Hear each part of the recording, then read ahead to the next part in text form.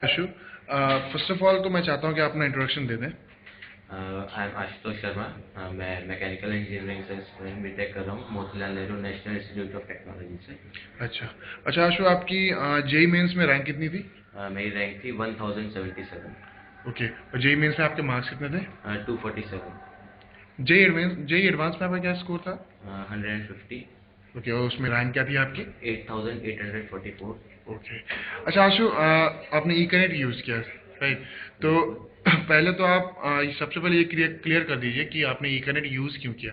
हाँ, ये एक्चुअली मेरे एक फ्रेंड का प्रोजेक्ट था जो मेरे कॉलेज में मेरे साथ पढ़ता है, तो ओके। उसकी हेल्प के लिए। अच्छा, आप इसे कितने दिन से लगा रहे हैं? मतलब कितने दिन आपने यूज़ किया आई अप्रॉक्सीमेट? Think 20 to 25 days। अच्छा।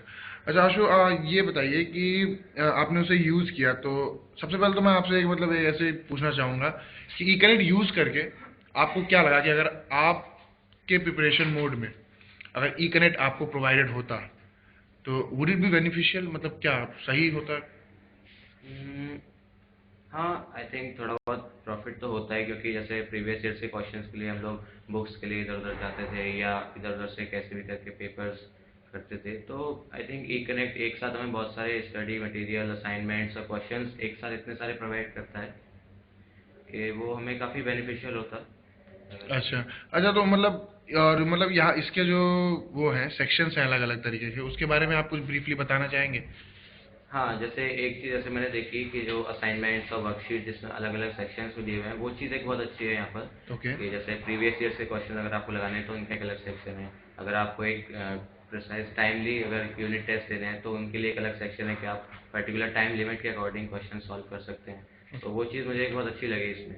अच्छा, जैसे कि आपने बताया कई तरह के सेक्शंस हैं, तो पहले हम सेक्शंस के बारे में बात कर लेते हैं ब्रीफली। सबसे पहले सेक्शन तो उसमें एक स्वैट करके सेक्शन है, राइट? तो स्वैट के बारे में आप कुछ बताना चाहेंगे? स्वैट में मैं ये कहना चाहूँगा कि उसमें स्टडी मटेरियल्स हैं, वर्कशीट्स हैं, असाइनमेंट्स हैं और यूनिट टेस्ट हैं अलग अलग, okay. Chapter wise unit wise अलग अलग सब्जेक्ट्स के। तो उसमें क्वेश्चंस का लेवल कैसा है?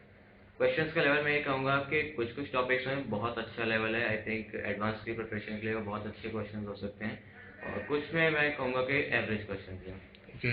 अच्छा, इसमें जैसे कि आपने कहा स्टडी मटेरियल भी है, असाइनमेंट है, तो स्टडी मटेरियल भी सब कंप्लीट है? हाँ, स्टडी मटेरियल काफ़ी अच्छा दिया हुआ है इसमें। अच्छा। ओके।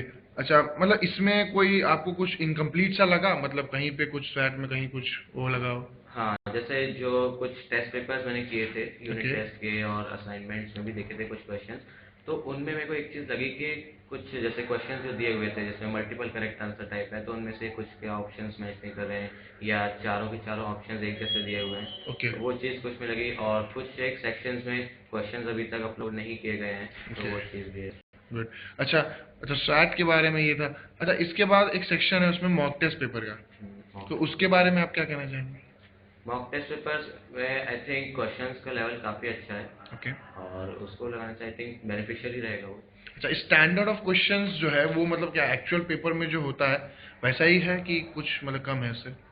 आई थिंक स्टैंडर्ड तो यहाँ पर ठीक है क्वेश्चंस का। ओके। अगर कोई बंदा केवल और केवल मेंस की प्रिपरेशन करना चाहता है तो उसके लिए आई think it is best. Advance के लिए भी आई थिंक मैथ्स का सेक्शन काफ़ी अच्छा है, ओके। और केमिस्ट्री के क्वेश्चंस एवरेज हैं। एवरेज है, और फिजिक्स के क्वेश्चंस भी फिजिक्स के आई थिंक ठीक है। ठीक ही है। अच्छा, मतलब मैथ्स का क्वेश्चन काफ़ी अच्छा है, मैथ्स का स्टैंडर्ड काफ़ी केमिस्ट्री अच्छा और है। फिजिक्स में थोड़ा वर्क करने की ज़रूरत है। अच्छा, बिट्स के पेपर भी हैं कुछ मॉक टेस्ट पेपर, तो बिट्स का आपने उसमें लगाया? हाँ, बिट्स के मॉक टेस्ट पेपर्स भी लगाए हैं। तो बिट्स तो कैसा लगा आपको, क्या है उसका लेवल? जैसा कि बिट्स का पेपर मैंने अभी क्वेश्चन पेपर्स भी लगाए हैं, तो बिट्स के जो लेवल है क्वेश्चन पेपर का, तो उसके अकॉर्डिंग आई थिंक ये क्वेश्चंस काफ़ी अच्छे हैं और काफ़ी हेल्पफुल भी रहेंगे। ओके। अच्छा आशु, उसमें जैसे एक और सेक्शन है यूनिट टेस्ट का। हम्म, उसमें एक्चुअली हमने क्या किया है कि एक सब्जेक्ट में मतलब एक उसमें कई सारी छोटी छोटी यूनिट्स बनाई हैं और उन यूनिट्स पे हमने कई सारे सवाल दिए हैं। तो उस यूनिट टेस्ट के बारे में मतलब उसके स्टैंडर्ड ऑफ क्वेश्चंस कैसे हैं और क्वांटिटी क्वालिटी के बारे में आप क्या कहेंगे? हाँ, यूनिट टेस्ट पेपर्स में ये कहना चाहूँगा कि जैसे कि कुछ टॉपिक्स में 100 या उससे ज़्यादा क्वेश्चन दिए हुए हैं, तो उससे एक चीज़ तो बेनिफिशियल ये है कि आपको एक टॉपिक के बारे में काफ़ी डीपली क्वेश्चंस मिलते हैं, तो आपका हर पोर्शन पे अच्छा कवर होता है। ओके सेकेंड चीज़ जो मुझे यहाँ पे लगी कि कुछ सेक्शंस में ऐसा है कि जैसे नंबर ऑफ क्वेश्चंस है, क्वांटिटी बढ़ाने के लिए क्वेश्चंस रिपीट भी हो गए हैं कई बार, ओके तो वो चीज़ भी है। और जिनमें जैसे कुछ सेक्शंस में क्वेश्चंस कम दिए हैं लेकिन उनका स्टैंडर्ड काफ़ी अच्छा है, तो वो चीज़ एक थोड़ी ओके आशु, मैं आपसे ये पूछना चाह रहा था कि जैसे हमने औरों से ही पूछा अपने फ्रेंड्स में, तो उन्होंने एक चीज़ बोली कि वेबसाइट ही काफ़ी प्लेन है, इकन की जो वेबसाइट है वो काफ़ी प्लेन है। तो आपको क्या लगता है कि मतलब आपको प्लेन लगा कि नहीं लगा, पहली चीज़ तो, और दूसरी चीज़ अगर लगा भी तो क्या इससे पेपर लगाने में आपको कोई मतलब प्रॉब्लम आई?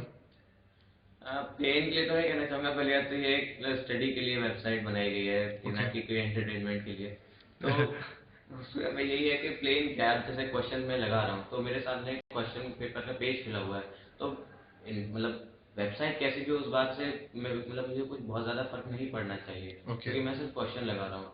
तो इसलिए मुझे नहीं लगता कि यहाँ पर मुझे कोई ऐसी खास परेशानी हुई थी कि वेबसाइट प्लेन है या नहीं है। मतलब कोई दिक्कत आपको नहीं हुई? मुझे ऐसी कोई खास प्रॉब्लम ओके। नहीं हुई। अच्छा आशु, मैं आपसे एक और चीज़ पूछना चाह रहा था। चलो आजकल प्रेजेंट एरा में जिस तरह के सवाल आ रहे हैं, ठीक है, जो एग्जामिनिंग बॉडी है, जिस तरह के paper, actual paper, competitive papers में आ रहे हैं, उन सवालों का ट्रेंड क्या है, और मतलब कैसे किस तरह के सवाल आ रहे हैं? इस समय जैसे आप एडवांस या मेन चीज़ की बात करें तो इसमें क्वेश्चंस का ट्रेंड ऐसा हो गया है कि आप जैसे बोर्ड्स की प्रिपरेशन कर रहे हैं तो उसके अकॉर्डिंग ये चीज़ बिल्कुल मैच नहीं करती। ओके ये बिल्कुल अपने अलग ही कुछ टॉपिक्स वही हैं, बट मेथड्स अलग हैं, प्रॉब्लम्स अलग हैं, उनके मेथड ऑफ सॉल्यूशन अलग हैं, तो वो चीज़ थोड़ी सी अलग है। तो उनके पूरे बिल्कुल अलग ही तरीके हैं, अलग ही प्रिपरेशन मोड है, उसी से आप कर सकते हैं। अच्छा, एक और चीज़ तो मतलब इसमें जैसे एक चीज़ होती, किस पर्टिकुलर टॉपिक से कई सारे सवाल आते हैं, या फिर ऐसा है कि हर एक टॉपिक से सवाल आता है, ऐसा कुछ है? मेरे ख्याल से तो इसमें लगभग हर टॉपिक का इक्वल वेटेज रहता है, ओके अराउंड इसका कुछ ही टॉपिक्स हैं थोड़े बहुत इंपॉर्टेंट हो सकते हैं, but I think almost her topic का सवाल आता अराउंड है, इक्वल वेटेज होता अच्छा है। इक्वलिटी होता है, सवाल आते हैं। अच्छा, और मतलब मेंस और एडवांस सब में यही प्रोपोर्शन होता है, मतलब इसी तरह के सवाल आता है? या आई थिंक मेंस और दोनों में यही होता है। ओके आशु, मैं आपसे ये पूछना चाह रहा था कि जो ई कनेक्ट की वेबसाइट है, इसमें अलग अलग कोचिंगों के वीडियो लेक्चर्स भी अवेलेबल हो सकते हैं, ठीक है, और असाइनमेंट्स भी अवेलेबल हो सकते हैं। तो आपको क्या लगता है कि वीडियो, फर्स्ट ऑफ ऑल मैं वीडियो लेक्चर के बारे में बोलूँगा कि वीडियो लेक्चर्स अगर अवेलेबल होंगे तो ये बच्चों के लिए बेनिफिशियल होंगे कि नहीं होंगे? वीडियो लेक्चर्स में देखो ये कहना चाहूँगा, जैसे अगर कोई बंदा रिवीजन कर रहा है, कोई टॉपिक पहले से पढ़ चुका है, तो आई थिंक उसके लिए थोड़ा बहुत बेनिफिशियल हो सकता है, क्योंकि उसको टॉपिक के बारे में थोड़ा नॉलेज है, ओके तो वो एक बार रिवीजन कर सकता है उससे। बट जो बंदा पहली बार वीडियो लेक्चर से पढ़ रहा है, तो उसके लिए मैं ये कहूँगा कि कोई बहुत ज़्यादा बेनिफिशियल इसलिए नहीं हो सकते, क्योंकि अगर उसको मान लो कुछ डिफिकल्टी आती है, कुछ प्रॉब्लम आती है, तो बीच में वो कैसे पूछ कर उसको मतलब कंसल्ट किससे करेगा, कैसे उस प्रॉब्लम को सॉल्व करेगा अगर बीच में कोई प्रॉब्लम अराइज होती है तो इसलिए मुझे लगता है कि जो एक बार रिवीजन कर रहा है उसके पॉइंट ऑफ व्यू से तो ठीक है ये, क्योंकि पहले से एक बार टॉपिक के बारे में नॉलेज है बंदे को। बट जो पहली बार कर रहा है उसके लिए I don't think it's very much beneficial.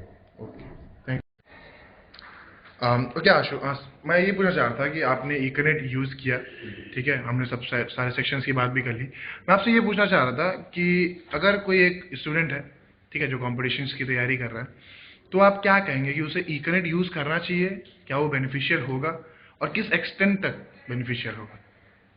E connect के लिए मैं ये कहना चाहूँगा कि जैसे अगर इसको इस मोड से किसी को प्रिपरेशन करनी है, तो पहले वो एक बार टॉपिक्स को अच्छे से पढ़े, उसके बाद प्रैक्टिस पर्पज के लिए आई think it is the best mode for preparation. Okay. अच्छा, जो अभी हमने बात की कि मतलब जो ऑनलाइन देते हैं, ऑफलाइन देते हैं, उसकी वजह से कुछ ऐसा है कि मतलब कोई भी दे सकता है, नहीं, सबके मेरे लिए ख्याल ठीक से है? तो ये सबके लिए बहुत अच्छा अपॉर्चुनिटी, अच्छे क्वेश्चंस आपको मिलते हैं। ठीक है, जो ऑनलाइन देते हैं उनके लिए तो ऑब्वियसली बेटर ऑप्शन है ही है, उनको ऑब्वियसली यूज हो जाते हैं, प्रैक्टिस होती है उनकी, तो बट जो ऑफलाइन देते हैं उनके लिए भी नॉलेज पर्पज से और अच्छे क्वेश्चंस मिलते हैं। सो आई थिंक दोनों के लिए ये बहुत अच्छा मेथड है। अच्छा। अच्छा आशु, मैं एक और चीज़ आपसे पूछना चाह रहा था, जैसे आज के टाइम पे कॉम्पिटिशन का मतलब काफ़ी बढ़ गया कॉम्पिटिशन, तो कोचिंग जो है, ठीक है, सबको एक मिलता है वे कि कोचिंग जाए चलें और कोचिंग में हो जाएगा।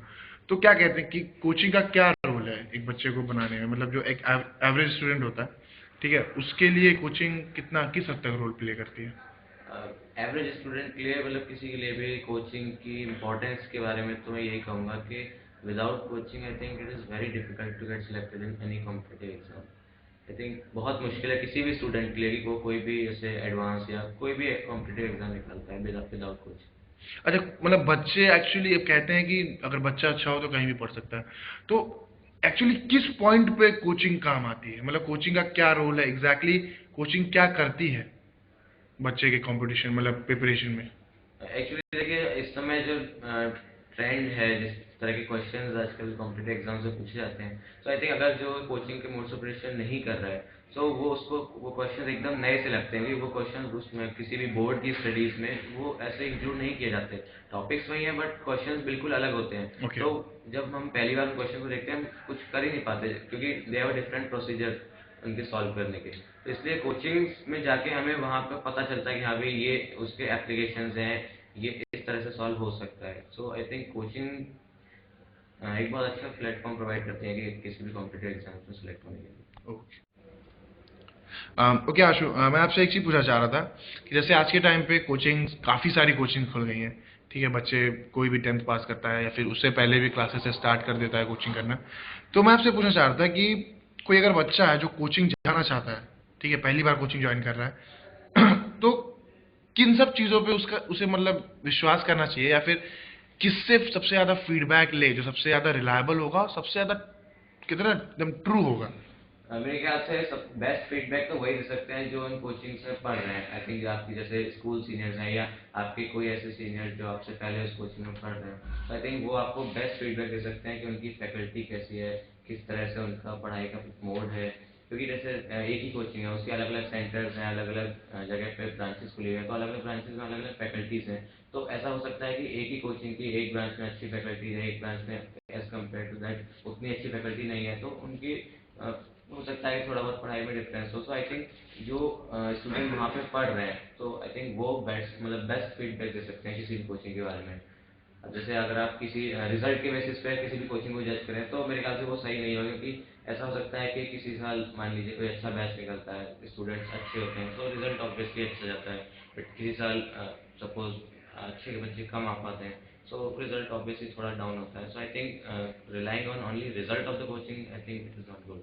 अच्छा, आपने भी कोचिंग की होगी कभी, तो मैं आपसे ये कहना चाह रहा था कि जो न्यूज़पेपर्स में जो कोचिंग अपने रिजल्ट्स छापते हैं, ठीक है, तो उसके ऑथेंटिकेशन के बारे में आप क्या कहेंगे? मतलब क्या वो सच में कोचिंग की पूरी मेहनत होती है, या फिर वो सारे बच्चे कोचिंग पढ़ते हैं? मतलब उसके बारे में क्या कहेंगे? या फिर उस न्यूज़पेपर को, रिजल्ट को देखते हुए बच्चे को किसी कोचिंग में एडमिशन लेना चाहिए या नहीं? देखिए रिजल्ट के बारे में तो ये है कि कोचिंग है, उसमें एक टीचर पढ़ा रहा है तो एक बैच में अगर 100 लोग हैं तो वो 100 को पढ़ा रहा है, उसके लिए हर कोई सब बराबर है, वो सबको एक जैसा पढ़ा रहा है। बट इसमें सिर्फ कोचिंग की मेहनत तो ये कहना भी गलत होगा, क्योंकि आखिर स्टूडेंट की खुद की भी मेहनत होती है जिसकी वजह से वो अच्छी रैंक लाता है या सिलेक्ट होता है। तो सिर्फ और सिर्फ कोचिंग को इस बात पर क्रेडिट देना ये भी ठीक नहीं होगा। और जैसा कि उसके रिजल्ट के बेसिस पे कोचिंग सेलेक्ट करने की बात है तो ठीक है भाई, जिसका रिजल्ट अच्छा है ऑब्वियसली हम पहले वहाँ पर जाना प्रेफर करेंगे कि हाँ भाई ये कोचिंग है, ये पिछले 5 या 10 साल से अच्छा रिजल्ट दे रही है, सो ऑब्वियसली वहाँ पर टीचर्स अच्छे होंगे। सो वो एक फैक्टर हो सकता है, बट सिर्फ उसी फैक्टर पे डिपेंड होकर कोचिंग करना, सो आई थिंक वो भी ठीक नहीं होगा। बट उस फैक्टर को कंसिडरेशन में जरूर लेना चाहिए किसी भी कोचिंग के सिलेक्शन के लिए। मतलब उसे, मतलब वो एक नेसेसरी है लेकिन सफिशिएंट नहीं है, मतलब वो चीज़ जज करने के लिए। सफिशिएंट नहीं है। ओके।